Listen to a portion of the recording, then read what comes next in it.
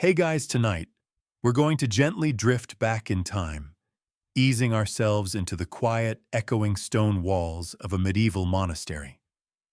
Imagine the scent of old parchment and beeswax, the soft scratch of a quill on vellum, and the distant rhythmic chanting of monks. You're stepping into a world where time was measured by the sun, the bells, and the meticulous counting of days since creation. A world where the very fabric of existence felt both eternal and paradoxically finite. You probably won't survive this journey awake, and that's perfectly fine. We're here for the gentle unwinding of history. So before you get comfortable, take a moment to like the video and subscribe, but only if you genuinely enjoy what I do here. And if you're feeling up to it, let us know your location and local time in the comments below. It's always fascinating to know where these sleepy history lessons reach. Now dim the lights, maybe turn on a fan for that soft background hum, and let's ease into tonight's journey together. You find yourself in the tranquil, often chilly world of a medieval monastic scriptorium.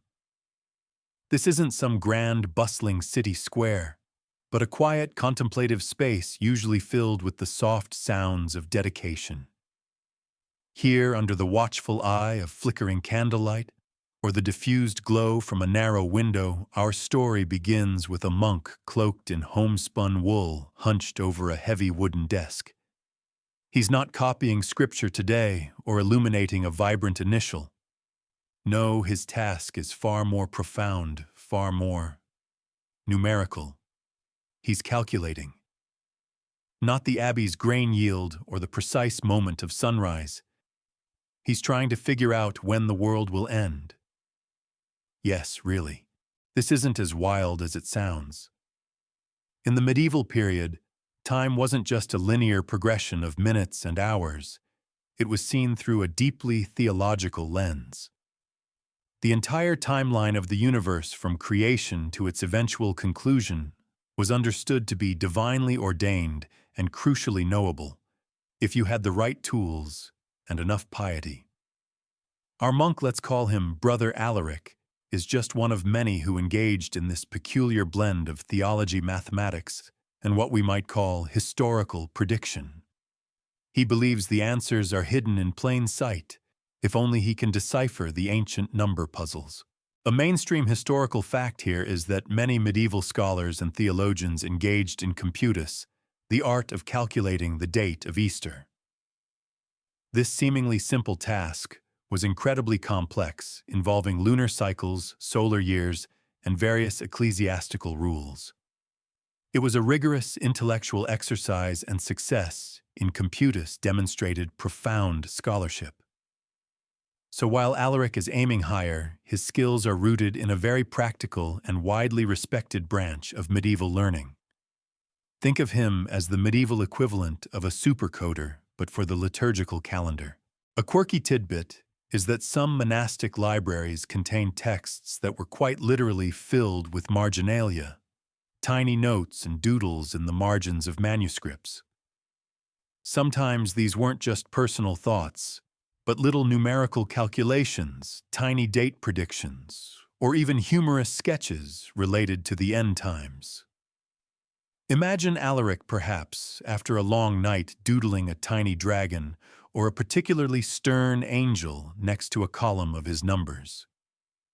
Historians still argue whether these seemingly whimsical calculations were genuinely believed predictions, or more of a spiritual exercise, a way to contemplate divine providence and the fleeting nature of earthly life. Was it true prophecy or theological meditation?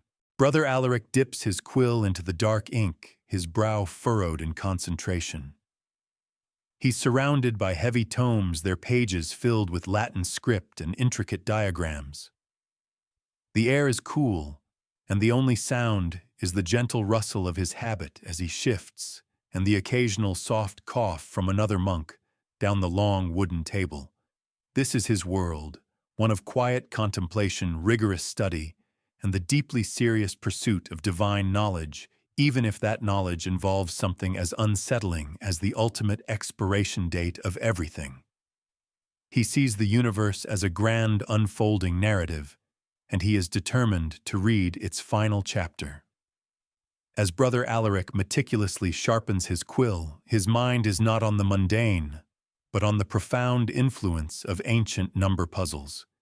You're now seeing the very foundation of his intellectual world, a landscape built not just on faith, but on intricate systems of numerology inherited from cultures long past. This wasn't just about adding or subtracting. It was about uncovering hidden meanings, divine patterns, and the very rhythm of the cosmos embedded within numbers. Imagine dusty scrolls filled with symbols you might not recognize, each stroke of ink a deliberate part of a complex, mystical equation.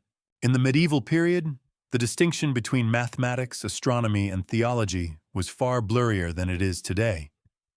Numbers weren't just quantities. They held intrinsic qualities and symbolic power. A mainstream historical fact is that medieval Christian scholars, including monks, drew heavily upon the numerical philosophies of ancient Greek thinkers like Pythagoras and Plato, as well as earlier Jewish mystical traditions. Pythagoras, for instance, believed that numbers were the fundamental essence of all things, and that the universe could be understood through numerical relationships. This idea persisted strongly into the Middle Ages, influencing everything from architectural design to musical theory, and of course the calculation of time and prophecy. A quirky tidbit. One particular obsession was the number 7. It appeared everywhere: 7 days of creation, 7 deadly sins, 7 virtues, 7 sacraments. Medieval thinkers saw this recurrence as proof of divine order, and therefore a number to be given immense symbolic weight in any calculation. You can almost imagine Alaric nodding sagely as he notes another instance of 7 in his texts, seeing it as a subtle wink from the heavens. Historians still argue whether this pervasive numerical symbolism was a barrier to true scientific inquiry, or a unique lens through which medieval scholars sought to understand a complex world. Was it mystical insight or intellectual constraint? Brother Alaric, hunched over his work, is using methods that would seem alien to a modern mathematician. He isn't just looking for simple sums.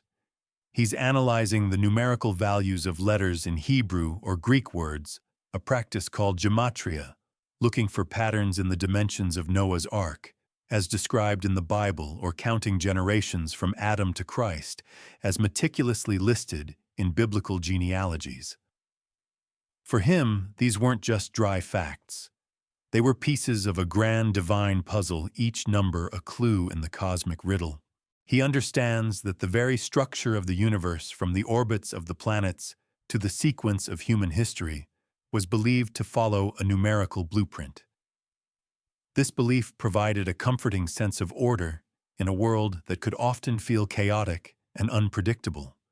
If you could just unlock the right numbers, you could unlock the future. It's like trying to solve a super complex, divinely inspired Sudoku puzzle where the stakes are, well, everything. So, as Alaric carefully inscribes a Roman numeral onto his vellum, he's not just making a mark. He's participating in a centuries-old tradition of deciphering the universe through the language of numbers. This deep-seated belief in the inherent meaning and power of numbers, far from being a quaint superstition, formed a rigorous, albeit alien, intellectual framework that would guide our monk's ambitious task of calculating the end of the world. You might hear the faint hum of cosmic harmony, or perhaps just the quiet scratching of his quill as he delves deeper into the ancient number puzzles. With the intricate world of numerology as his foundation, Brother Alaric now turns his gaze towards the sacred texts, seeking scriptural time markers. You're now witnessing how medieval scholars like him interpreted biblical narratives not just as stories, but as a divinely revealed timeline, a grand chronicle of existence stretching from the very first spark of creation to the ultimate fiery conclusion. Imagine the worn pages of a heavy Bible illuminated with intricate designs. But for Alaric, these aren't just pretty pictures. They're cryptic clues waiting to be deciphered. In the medieval worldview, the Bible was considered the ultimate authority, a literal record of God's plan for humanity and the universe. A mainstream historical fact is that interpretations of biblical prophecy, particularly from books like Daniel and Revelation, were central to understanding the course of history and predicting future events, including the end times. Scholars meticulously counted generations, analyzed symbolic numbers, and cross-referenced passages to construct elaborate chronologies. For Alaric, the Bible isn't just a book of faith. It's a cosmic ledger filled with hidden dates and durations. A quirky tidbit that might make you chuckle slightly. Some medieval chronologies even calculated the precise moment of Adam's creation, down to the very hour, often placing it on a specific day in autumn. Imagine the scholarly debates, perhaps a gentle, almost silent disagreement over whether Adam first blinked his eyes at 9 a.m. or 3 p.m. on October 23rd. Historians still argue whether such precise calculations were taken entirely literally by all medieval scholars, or if they served more as a theological exercise, emphasizing the orderliness of divine creation and the cyclical nature of time. Was it scientific precision or spiritual contemplation? Brother Alaric, his brow furrowed in concentration, might be poring over the book of Daniel with its visions of empires rising and falling, symbolized by strange beasts and colossal statues. Or perhaps he's in Revelation counting the 1,000 years of Christ's reign, or trying to decipher the meaning of the number of the beast. He believes these passages are not merely allegories, but contain specific numerical data encoded within the text by divine inspiration. Each verse is a piece of a celestial jigsaw puzzle, and if he can fit them all together, the picture of the future will emerge. He's not just reading. He's performing a kind of spiritual archaeology, digging through layers of meaning to unearth the chronological bedrock. The concept of world ages was common. Many medieval thinkers believed history was divided into a certain number of periods, often 6 mirroring the 6 days of creation, with the 7th age being a Sabbath or the eternal rest of the afterlife. Knowing which age they were currently in was crucial to pinpointing the remaining time. This painstaking work, fueled by piety and intellectual curiosity, wasn't done in isolation. Monasteries were centers of learning, and our monk would have had access to commentaries and previous calculations by other scholars. The quest to understand the divine timeline was a shared intellectual pursuit passed down through generations of monastic scholars. So as Alaric traces a finger along a line of Latin text, he's not just a lone monk in a quiet cell. He's part of a vast, unseen lineage of thinkers, all striving to read the universe's clock. The quiet scratching of his quill echoes centuries of similar scholarly pursuits, all dedicated to uncovering the ultimate scriptural time markers. Building upon the cryptic clues within Scripture and the ancient fascination with numbers, Brother Alaric now turns his attention to a colossal figure in medieval scholarship, a man whose work laid much of the chronological groundwork for those who came after Bede's chronological influence. You're now stepping into a period where intellectual giants cast long shadows, and their meticulous calculations shaped the very perception of time for centuries. Imagine a venerable leather-bound volume, perhaps smelling faintly of dust and forgotten wisdom, its pages filled with neat, precise script. The very essence of historical inquiry in an age where such things were rare. A mainstream historical fact here is that the Venerable Bede, an English Benedictine monk who lived from around 672 to 735 AD, was arguably the most influential scholar of his age, particularly renowned for his historical and chronological works. His magnum opus, Historia Ecclesiastica Gentis Anglorum Ecclesiastical History of the English People, is still a primary source for early English history. But for our brother Alaric Bede's De Temporum Ratione, On the Reckoning of Time, is the true treasure. This work systematized calendar calculations, explained the computus, remember, that complex Easter calculation, and established the widespread use of the Anno Domini AD dating system, counting years from the incarnation of Christ. Before Bede dating was often haphazard, relying on regnal years of kings or various regional eras. Bede brought order to chronological chaos. A quirky tidbit is that Bede's methods for dating Easter were so complex and meticulously detailed that they were literally essential for monastic life, allowing all monasteries to celebrate the most important Christian feast on the same day. Imagine the sheer logistical nightmare. If everyone had their own Easter date, leading to widespread confusion and perhaps even accidental heresy. Historians still argue whether Bede's emphasis on precise chronology was a proto-scientific endeavor driven by a desire for accuracy, or primarily a theological one aimed at demonstrating God's orderly plan for history. Was he an early historian or a divine chronographer? Brother Alaric, hunched over his own copy of Bede's work, might trace a finger along the carefully written tables and explanations. He's absorbing Bede's methodology, his careful attention to sources, and his relentless pursuit of chronological consistency. Bede's approach to history wasn't just about recording events. It was about understanding the divine framework in which those events occurred. For Alaric, Bede's calculations provide a reliable starting point, a validated baseline from which to launch his own, even more ambitious chronological explorations into the future. It's like inheriting a perfectly tuned scientific instrument from a master craftsman, ready for you to conduct your own grand experiment. Bede's influence meant that medieval scholars had a robust, widely accepted chronological system to work with. This allowed them to connect events across vast stretches of time, creating a coherent narrative of sacred and secular history. It also meant that any new chronological calculations, especially those regarding the end of the world, would have to reckon with Bede's established framework. You couldn't just invent dates. You had to work within the established numerical and historical logic that Bede had so carefully laid out. So as Brother Alaric meticulously copies a few lines from Bede into his own notebook, he's not just transcribing. He's internalizing the very rhythm of time as understood by his intellectual predecessors. The soft scratching of his quill seems to echo the countless quills that came before him, all guided by the towering genius of Bede.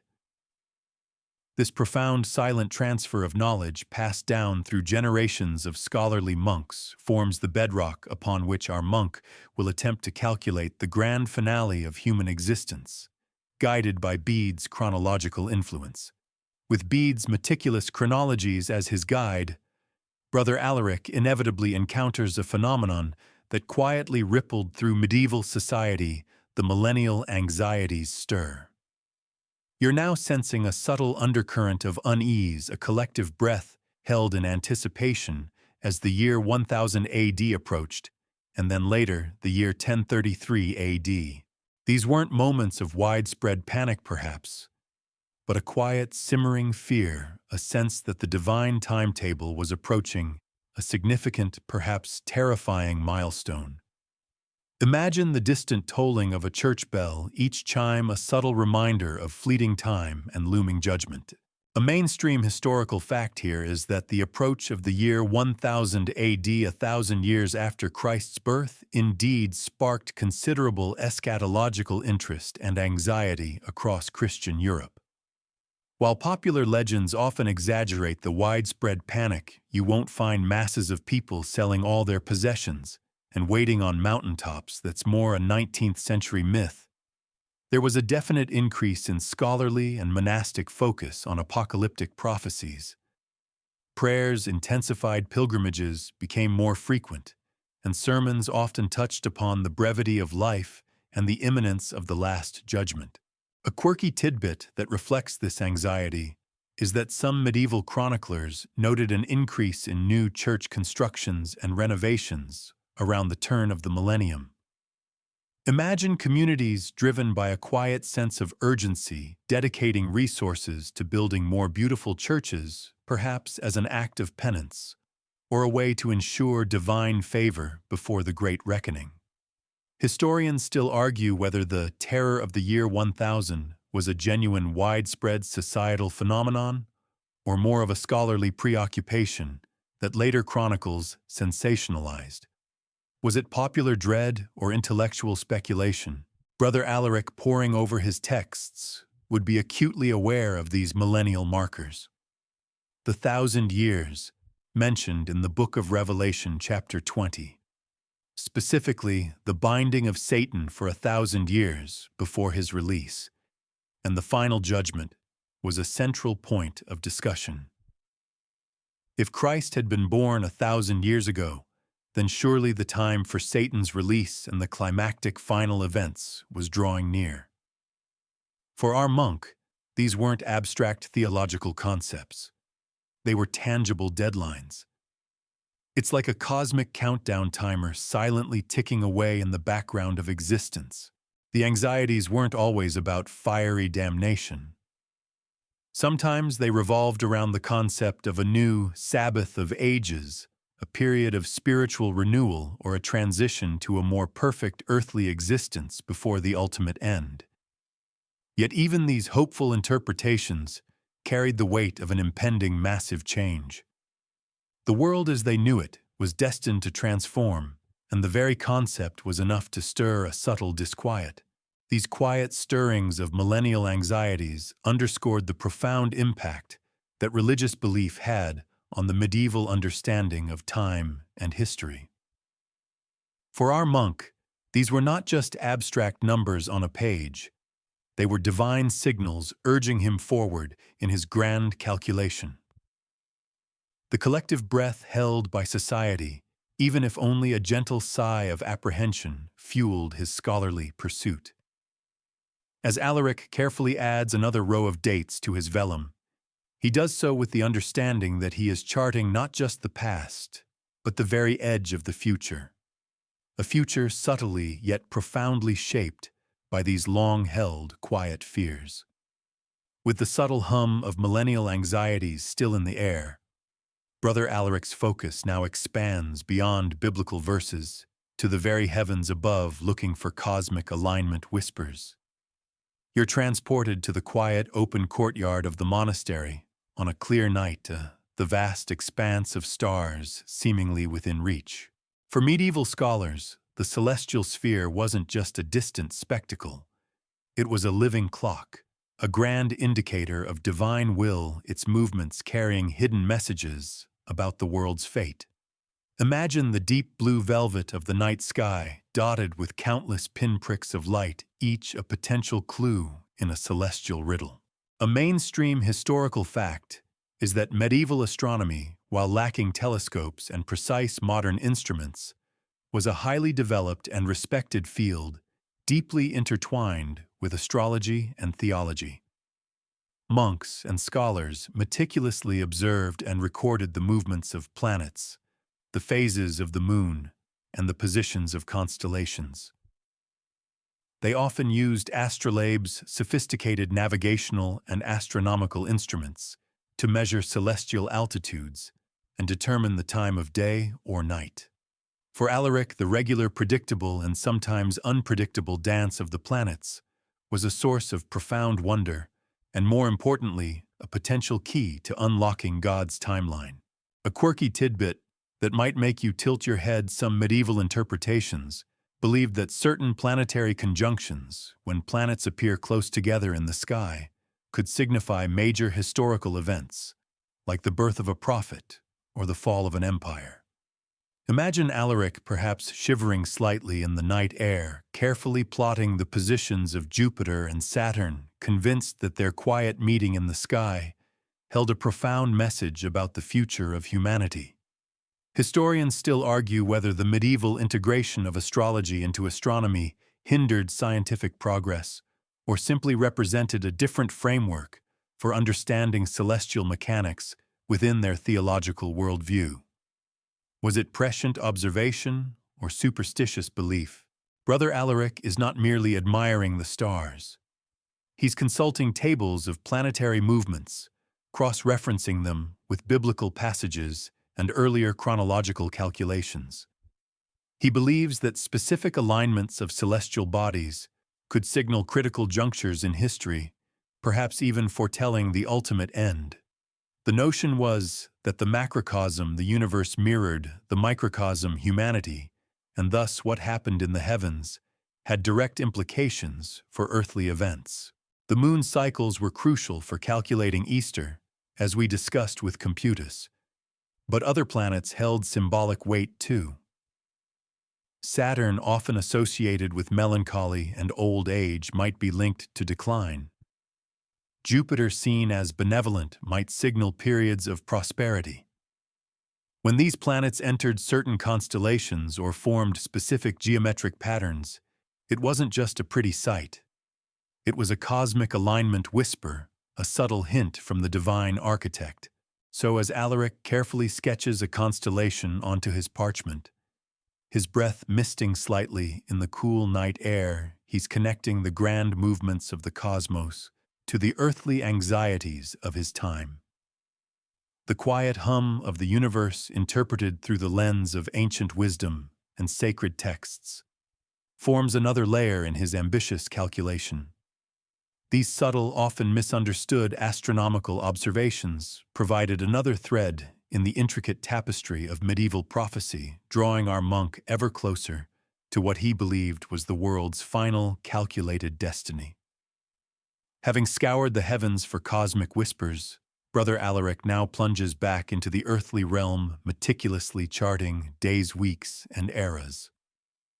You're now witnessing the sheer dedication required to manage time in the medieval period, a task far more complex than glancing at a smartphone. Imagine a large, intricate calendar stretched across his desk, not a simple grid of months, but a labyrinth of cycles, saints' days, and historical benchmarks, each entry a tiny piece of the grand temporal puzzle he's attempting to solve. A mainstream historical fact is that medieval Europeans primarily used the Julian calendar, which was established by Julius Caesar in 45 BC.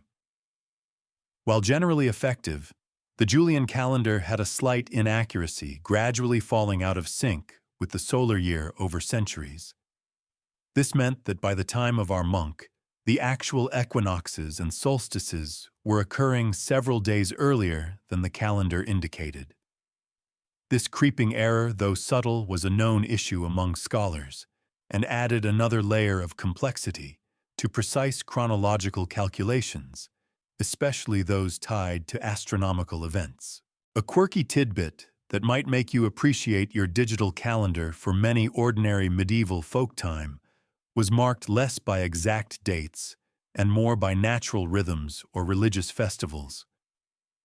Imagine trying to schedule a meeting by saying, "Let's meet 3 days after the feast of St. Michael the Archangel," assuming the harvest is mostly in by then. For our monk, however, precision was paramount. He might be laboring over a computus wheel, a disc-shaped device used for calculating Easter and other movable feasts, its intricate markings reflecting the dizzying interplay of lunar and solar cycles. Historians still argue whether the challenges of maintaining accurate calendars in the Middle Ages limited scientific progress or fostered a deeper, more holistic understanding of time's various dimensions. Was it a hindrance to precision or a different kind of precision? Brother Alaric is obsessed with establishing a continuous, unbroken chain of time from creation to his present day.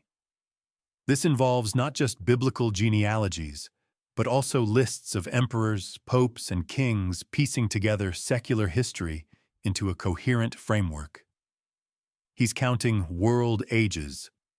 Remember those 6 days of creation leading to a 7th age? He needs to know exactly how far into the 6th age humanity has progressed to predict the onset of the 7th, the age of judgment or spiritual fulfillment. Every passing day, week, and year isn't just a unit of time. It's a step closer to a predetermined destiny. He's also grappling with different systems of counting. Some historical accounts might count years from the founding of Rome, others from the incarnation of Christ Bede's AD system, and still others from the creation of the world.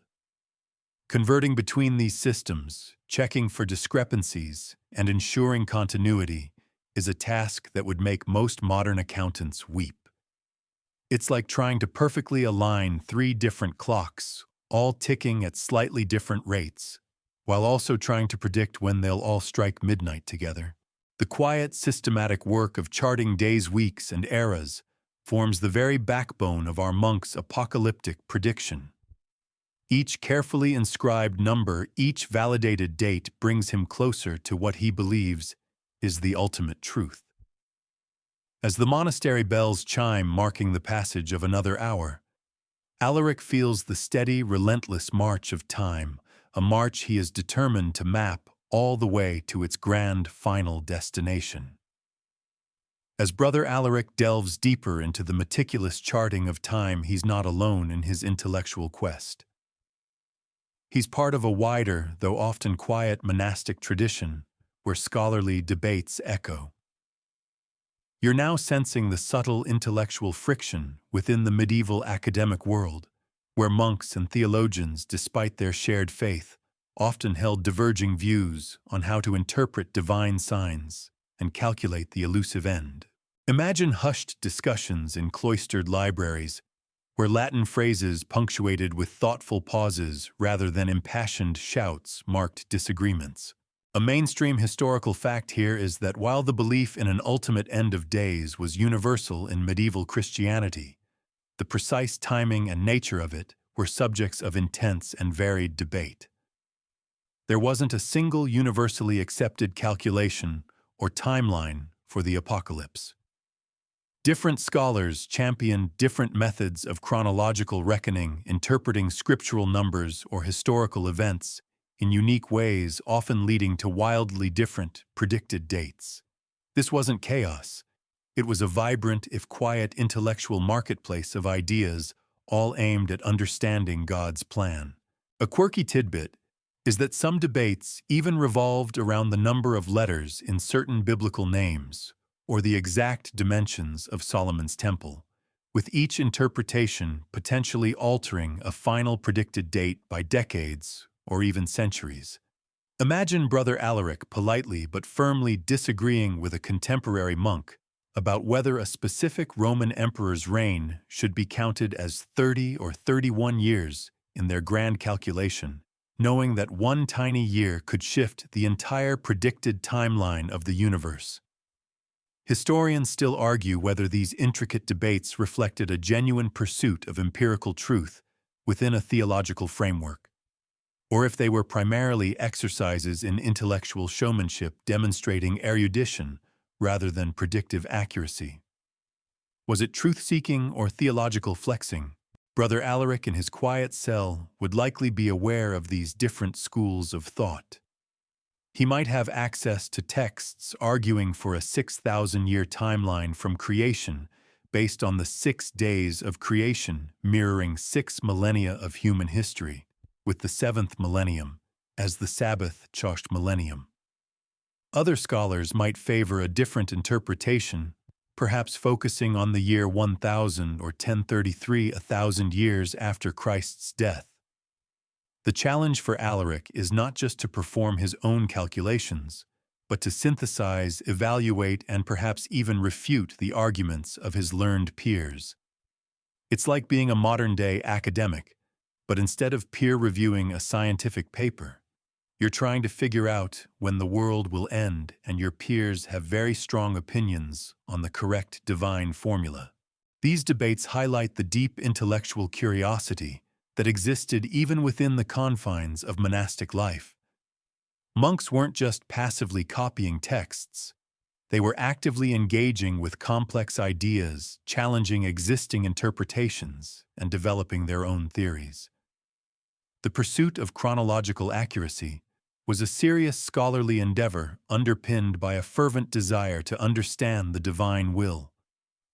The very act of engaging in these scholarly debates, even if the stakes were the literal end of the world, added a layer of intellectual rigor to our monk's solitary work.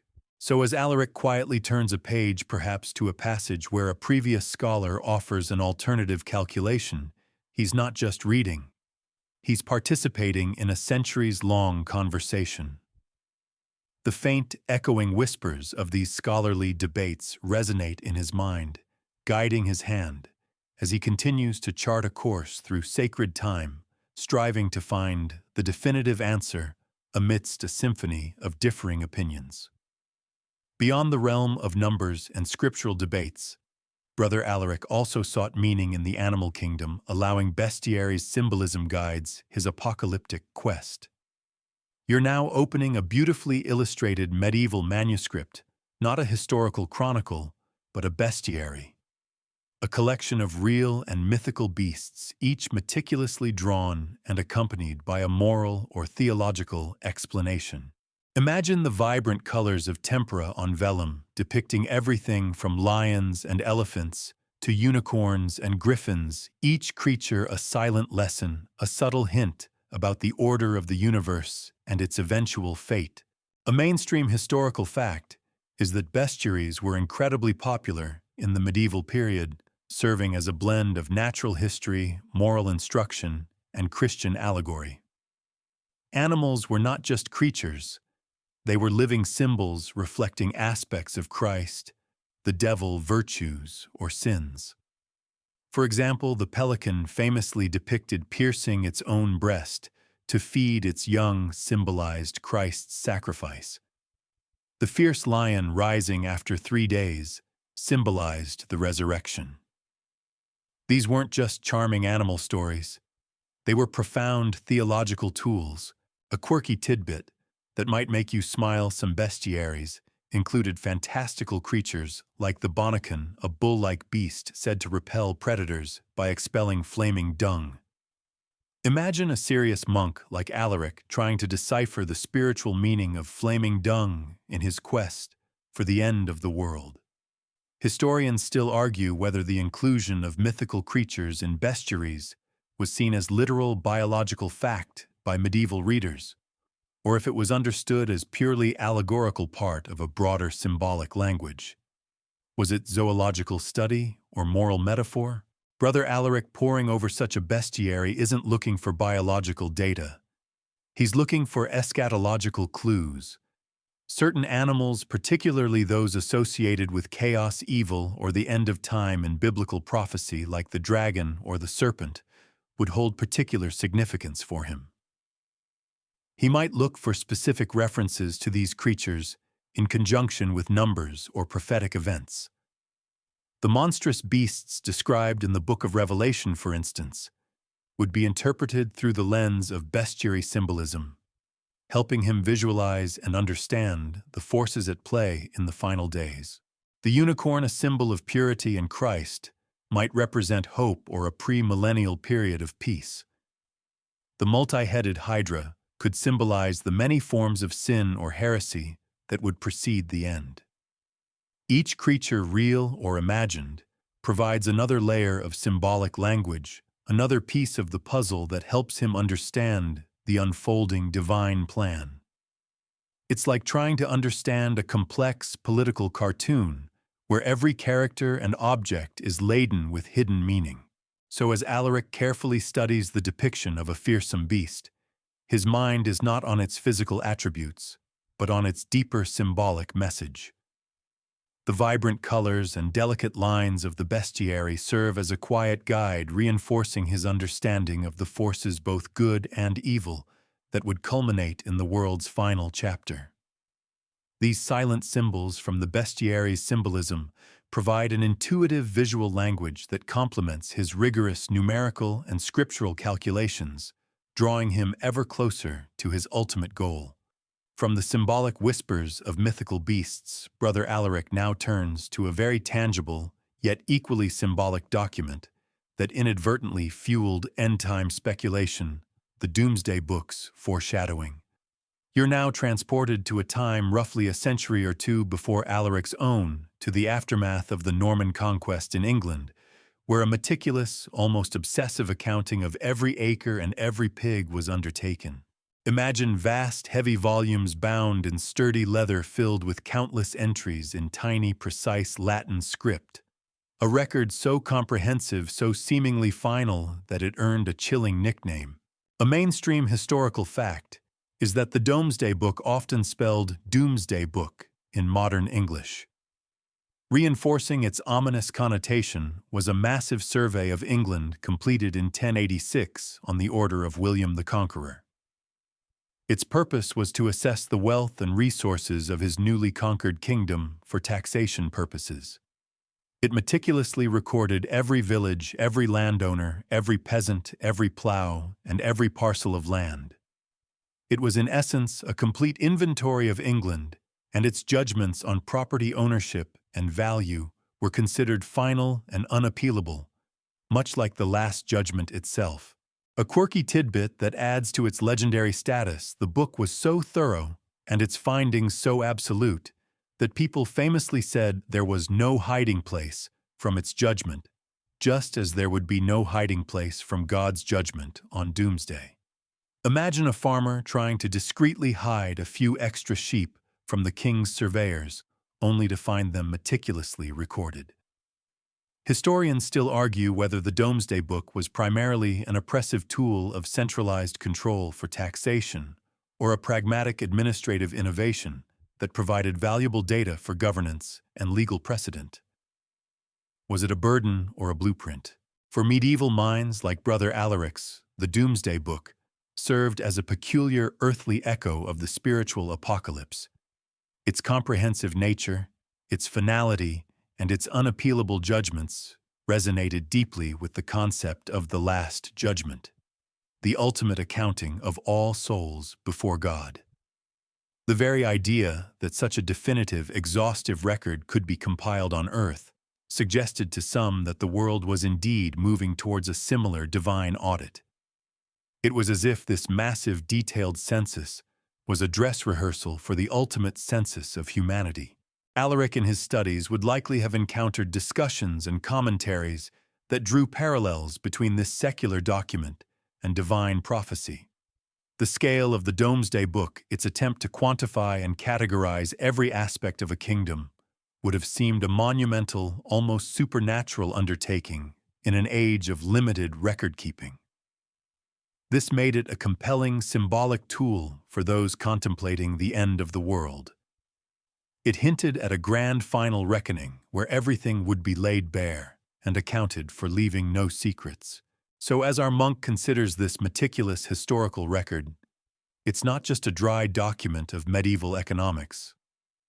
It's a subtle reminder of the profound connection between the earthly and the divine, between human attempts at order and God's ultimate plan.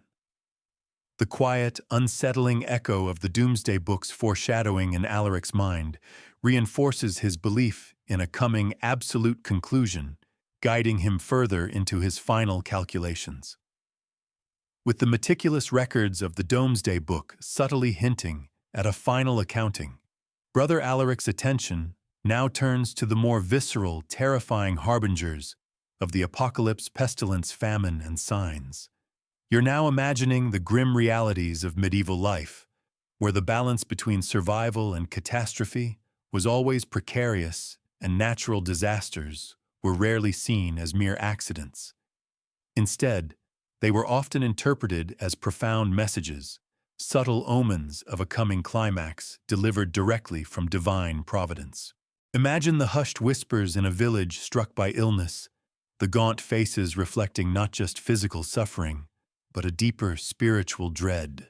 A mainstream historical fact is that the medieval period was indeed plagued by recurrent outbreaks of disease like the Black Death in the mid-14th century. Though that's a bit after Alaric's likely time, similar lesser plagues were common, as well as frequent famines caused by unpredictable weather patterns, poor agricultural practices, and societal disruptions. These events caused immense suffering and significant population declines. For the medieval mind, such widespread calamities were rarely attributed solely to natural causes.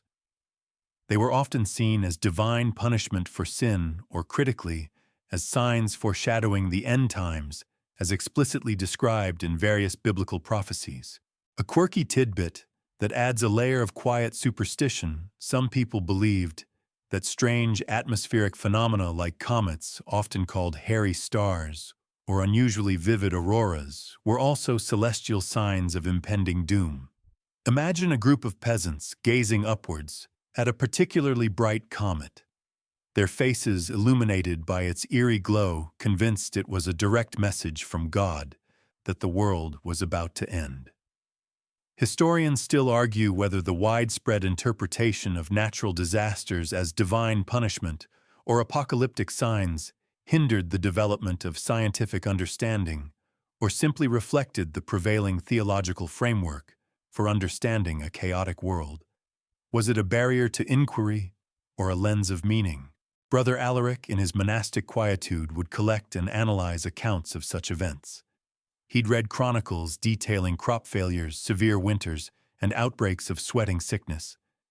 He wouldn't see these as isolated incidents, but as interconnected patterns, each a fulfilling prophecy. The Gospels themselves speak of famines and pestilences and earthquakes in diverse places as signs of the end. For our monk, every withered field, every coughing villager, and every unusual celestial event served as another confirmation that the great transformation was drawing near. It's like finding consistent warning labels appearing on everything you touch, slowly convincing you that something truly big is about to happen. The fear wasn't always of immediate death, but of the spiritual consequences. These earthly trials were believed to purify the faithful, to separate the righteous from the wicked before the final judgment. So while terrifying, they also served a theological purpose, urging repentance and spiritual preparation. This gave seemingly random acts of nature profound existential meaning. The constant threat of pestilence, famine, and signs thus served as a constant grim reminder of the world's inherent fragility and its destined conclusion. For Brother Alaric, these were not just historical records of hardship. They were active, ongoing prophecies nudging humanity closer to its ultimate fate. The quiet anxieties stirred by a bad harvest or a spreading cough reinforced his belief in a cosmic countdown, making his relentless calculations feel not just intellectually stimulating, but profoundly urgent. As the physical world offered its grim omens of pestilence, famine, and signs, Brother Alaric's focus now sharpens on the spiritual antagonist of the final age, the Antichrist's gentle arrival. You're now delving into the chilling, yet often subtly portrayed, medieval understanding of evil's ultimate embodiment. This isn't necessarily a horned demon emerging from a fiery pit. Often the medieval Antichrist was conceived as a figure of deceptive charm, a seemingly benevolent leader who would subtly lead humanity astray, making his arrival a quiet, insidious threat, rather than an overt, monstrous one. Imagine a figure with an unnervingly persuasive smile, whose words, though seemingly virtuous, carry a hidden poison. A mainstream historical fact is that the concept of the Antichrist derived primarily from biblical texts like the books of Daniel 1 and 2. John and Revelation was a central tenet of medieval eschatology. He was believed to be a human figure, often of great charisma and intellectual prowess, who would rise to power before the second coming of Christ. His reign would be marked by false miracles, persecution of the faithful, and a general spiritual delusion that would tempt many away from true Christianity. Scholars debated his lineage, his tactics, and the precise timing of his manifestation. A quirky tidbit that reveals the subtle nature of this fear: some medieval thinkers speculated that the Antichrist might not even be a single individual, but a spirit of evil or heresy that would subtly pervade society, corrupting institutions from within. Imagine Alaric perhaps looking at the political maneuvering of his own time, wondering if the insidious spread of worldly ambition or corrupt practices within the church itself was a sign of the Antichrist's gentle arrival, a quiet undermining rather than a grand assault. Historians still argue whether the concept of the Antichrist served primarily as a theological framework for understanding evil in the world or as a tool for political or religious polemic against perceived enemies. Was it spiritual warning or a rhetorical weapon? Brother Alaric, poring over commentaries on prophetic texts, is not just looking for signs of a future tyrant. He's alert to the subtle spiritual decay, the erosion of faith, and the rise of false doctrines that would pave the way for the Antichrist. The narrative often involved the Antichrist performing seemingly good deeds, building temples, restoring order, even feigning holiness, all designed to deceive the unsuspecting.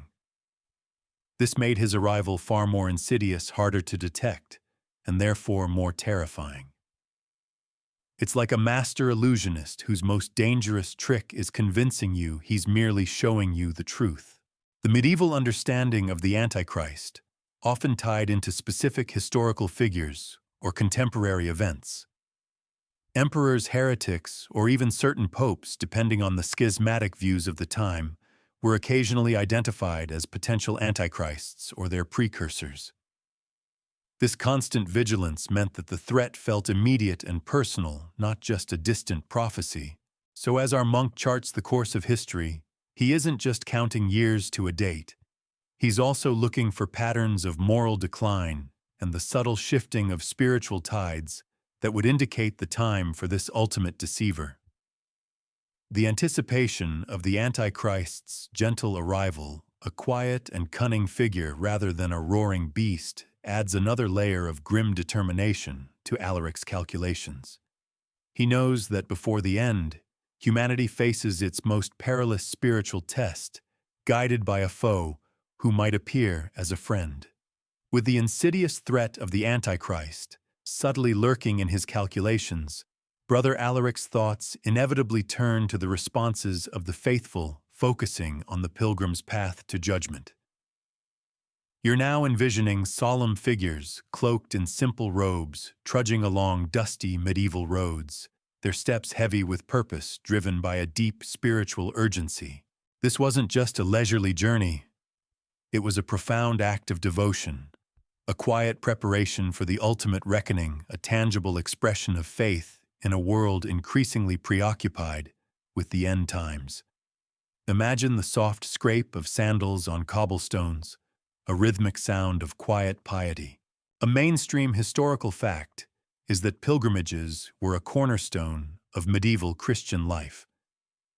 Journeys to holy sites like Jerusalem, Rome, or Santiago de Compostela were undertaken for a multitude of reasons: to seek penance for sins, to give thanks for miracles, or to fulfill vows. However, as eschatological anxieties increased, pilgrimages also became a significant form of spiritual preparation for the Last Judgment. Many believed that undertaking such an arduous journey, enduring hardship and discomfort, would demonstrate their piety and perhaps earn them favor in the eyes of God on the Day of Judgment. A quirky tidbit that reveals the practical side of these spiritual quests: pilgrims often carried specific tokens or badges from the shrines they visited, almost like medieval travel souvenirs. Imagine Alaric in his younger days, perhaps encountering a weary pilgrim returning from Rome, clutching a small lead badge depicting Saints Peter and Paul, a quiet testament to their arduous journey and spiritual commitment. Historians still argue whether the surge in pilgrimages during periods of heightened apocalyptic fear was primarily driven by genuine spiritual fervor or by a more pragmatic desire to accumulate religious merit and secure salvation. Was it profound faith or calculated piety? Brother Alaric in his monastic cell might not be a pilgrim himself in that moment, but he understands the profound spiritual impulse behind such journeys. He sees these physical acts of devotion as manifestations of humanity's quiet struggle against the forces of evil he calculates are at play. The self-denial, the endurance of physical discomfort, the focus on spiritual introspection during a pilgrimage. These were all virtues that would prepare a soul for the final judgment. It's like a spiritual training montage designed to get your soul in peak condition for the ultimate divine marathon. He would reflect on the stories of pilgrims, their quiet perseverance, their silent prayers, as they walked hundreds of miles. These were not the loud, dramatic acts of defiance against the Antichrist, but the humble, personal acts of faith that would cumulatively contribute to the spiritual state of the world before its end. For Alaric, the pilgrim's path to judgment represented humanity's quiet yet powerful response to the unfolding divine plan. It was a tangible way for ordinary people to engage with the profound prophecies he was trying to decipher. So as our monk contemplates the weight of his numbers and prophecies, he also envisions the silent multitudes taking their weary steps on those sacred paths. The soft, rhythmic cadence of their imagined footsteps echoes in his mind, reminding him that his intellectual pursuit is inextricably linked to the lived spiritual experience of countless individuals, all preparing in their own quiet way for the great reckoning he is working so diligently to predict. With the spiritual resonance of pilgrim paths guiding his deeper understanding, Brother Alaric now arrives at the culmination of his life's work, the manuscript's final strokes. You're now back in the quiet scriptorium, the air thick with the faint scent of ink and aged parchment. The flickering candlelight casts long dancing shadows as Alaric, his hand steady despite years of meticulous labor, applies the very last touches to his magnum opus, the definitive calculation of the world's end. Imagine the hushed reverence of the moment, the almost sacred act of committing such profound knowledge to physical form, the gentle scratch of the quill, a final determined whisper. A mainstream historical fact here is that the production of illuminated manuscripts was an incredibly laborious and time-consuming process in the medieval period. Monks like Alaric would prepare the vellum animal skin parchment mix, their own inks from natural pigments, grind shell gold for gilding, and meticulously copy texts by hand. A single large manuscript could take years, even decades, to complete. For Alaric, his chronological calculation wasn't just jotted down. It was enshrined within a beautiful, durable work of art designed to last for generations and convey its vital message with authority.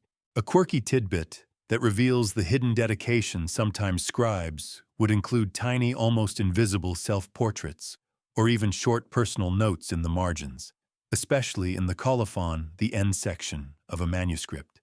Imagine Alaric with a wry smile, perhaps drawing a tiny, exhausted monk or a miniature hourglass next to his final summation, a silent joke or a personal touch only a very close reader would ever discover. Historians still argue whether the extreme artistic dedication to manuscript illumination was primarily a form of worship and devotion, making the Word of God beautiful, or if it also served as a display of monastic wealth and prestige, attracting patronage and renown. Was it spiritual offering or subtle advertisement? Brother Alaric dips his quill one last time into the deep, rich brown ink. He is not just writing numbers, he is finalizing a divine narrative.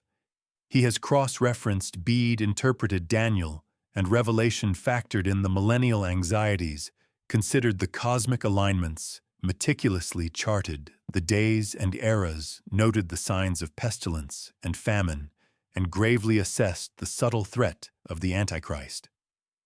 All these threads, meticulously gathered and analyzed, now converge into a singular, undeniable conclusion, a date or a period that in his devout belief marks the very culmination of God's plan. The vellum before him glows softly in the candlelight, its surface smooth and receptive. He adds the concluding sentences, perhaps a prayer, perhaps a solemn warning, perhaps a final statement of faith. His work is done. The intellectual journey spanning years, and drawing on centuries of scholarship, has reached its quiet zenith. The final strokes are not just an end to his writing, but a symbolic completion of his spiritual and intellectual quest. It's like the last brushstroke on a masterpiece, or the final click of a perfectly assembled machine where every component now fits with divine precision. The quiet of the scriptorium is profound, broken only by his breathing and the almost inaudible scrape of the quill. This manuscript, born of diligent study and unwavering faith, now holds the weight of his profound discovery. As he leans back, a sense of completion, perhaps even a quiet awe, settles over him. The manuscript's final strokes mark not just the end of a monk's labor, but the definitive statement of a period's deepest anxieties and grandest intellectual ambitions sealed on parchment for the judgment of God and future generations, with the definitive calculations inscribed and the manuscript's final strokes complete. Brother Alaric eventually steps back and the world continues. This brings us to world's quiet continuance.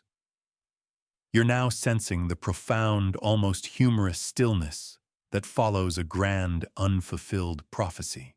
Imagine the gentle sigh of a world that, despite fervent predictions and meticulous calculations, simply carries on its trees, still swaying its rivers, still flowing its ordinary inhabitants, going about their daily lives, oblivious to the momentous, unoccurred event.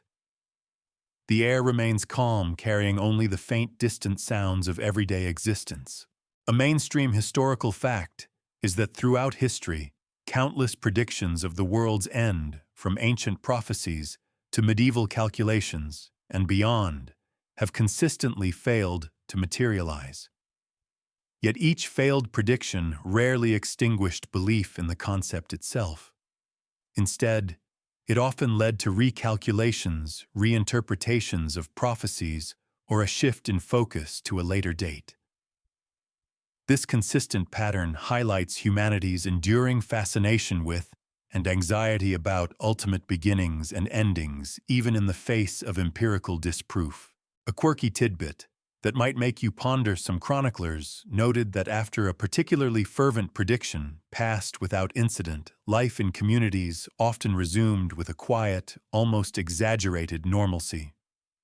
Imagine the monastery bells chiming on the predicted doomsday, marking not the end, but simply another hour of a perfectly ordinary day. Perhaps some monks even chuckled quietly amongst themselves, a gentle shared amusement at the universe's stubborn refusal to adhere to their timetables. Historians still argue whether the repeated failure of apocalyptic predictions led to disillusionment and a decline in faith, or whether it paradoxically reinforced belief by suggesting that the divine plan was simply more complex or subtle than humans could grasp. Was it a crisis of faith or an exercise in humility? Brother Alaric, having committed his life's work to vellum, would have faced this quiet continuation. There might have been initial apprehension leading up to the predicted date, a palpable tension among those aware of his work. But as the sun rose on the morning after his calculated end, life would slowly, inexorably resume its familiar rhythms. The chickens would still cluck in the courtyard, the morning prayers would still be chanted, and the smell of cooking bread would still drift from the kitchens. The extraordinary had yielded to the ordinary. His manuscript, perhaps carefully placed in the abbey's esteemed library, would become a testament not to a fulfilled prophecy, but to an intense intellectual and spiritual journey. Future generations of monks might read it, perhaps with a touch of bemusement, perhaps with renewed inspiration to refine the calculations. The quiet whisper of his final strokes would fade into the general hum of monastic life, becoming just another voice in the long, ongoing conversation about divine time. The absence of cataclysm wasn't a failure of faith for Brother Alaric, but perhaps a reaffirmation of the inscrutability of God's ultimate plan. The world's quiet continuance wasn't a defeat, but a testament to enduring existence, a slow, gentle turning of the cosmic wheel, regardless of human predictions. The initial tension would gradually give way to the familiar comfort of daily routine, of seasons changing, of crops growing. You can almost feel the gentle breeze rustling through the Abbey gardens, a soft, reassuring whisper that life in all its quiet persistence goes on. The subtle changes in American society, remember, were like those distant rumblings of a storm slowly gathering strength. But here in this medieval moment, it's the beautiful, profound quietness of no storm. It's the soft, comforting certainty that sometimes the most profound thing that happens is that nothing truly earth-shatteringly happens at all. The grand calculations, the cosmic whispers, the ominous signs all fade into the background, leaving only the tranquil, enduring presence of the present. As you now gently drift, let that profound quietness wash over you. The anxieties of predictions, the intensity of calculations all recede. What remains is just the soft hum of existence, the gentle rhythm of breathing, the slow, peaceful unraveling of thought into tranquility. Allow your mind to settle, to release any lingering worries, and just be present in this quiet moment. The weight of history, the grand sweep of time, it all softens, becoming a gentle lullaby. Everything is calm. Everything is peaceful. Just drift and let yourself be carried.